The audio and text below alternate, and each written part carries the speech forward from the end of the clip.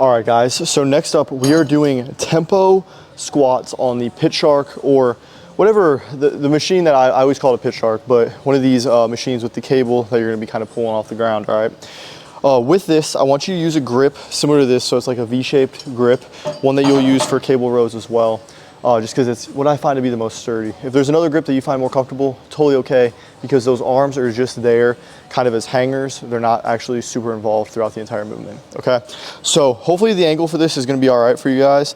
I'm gonna kind of walk you through it step by step, but I will preface this with this is one of the more challenging exercises that you're gonna do. It builds towards hex bar or trap bar deadlifts or just standard deadlifts.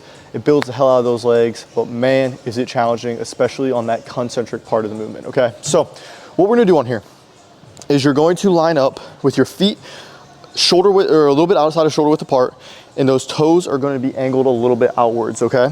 On here, you're then going to grab the handles, and on this machine specifically, we have a safety that'll get pulled back. Sometimes you'll need someone else to be there, kind of spot you in a sense, by moving that back and forth, especially as you do heavier weight, okay? So anyways, what we're gonna do, feet shoulder, a little bit outside of shoulder width apart, kind of in a sumo position with your toes pointed slightly outwards, nothing too crazy. We're gonna keep that chest high throughout the entire movement on here to keep that back in a neutral position. By doing that, you'll keep your back safe, okay? So those arms are gonna be holding the handle. You do not wanna be lifting up with it. You don't wanna be doing shrugs.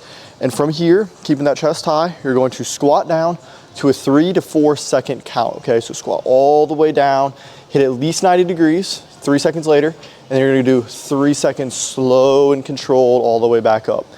Even doing this with no weight on here, it burns my quads. So I'm just warning you guys for when you do add weight on here, okay? So again, I'm gonna do a few reps. 3, 2, 1. Down, keeping my chest high the whole way through. 3, 2, 1, pushing through those heels on the way up. 3, 2, 1, all the way down. 3, 2, 1 on the way up.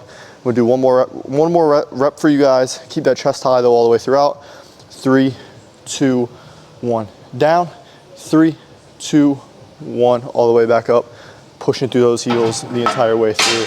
Then put it back into a safety position. So with this, again, you're gonna feel it all over in those legs, but primarily in those quads. If your legs are shaking on the first rep, just know that is normal. This is a very, very challenging exercise, but challenge is good for you. That's what creates change. So that's how you do the tempo sumo squats on the Pit Shark machine. If you have any questions on this, just shoot myself or Meg a message and we're happy to help.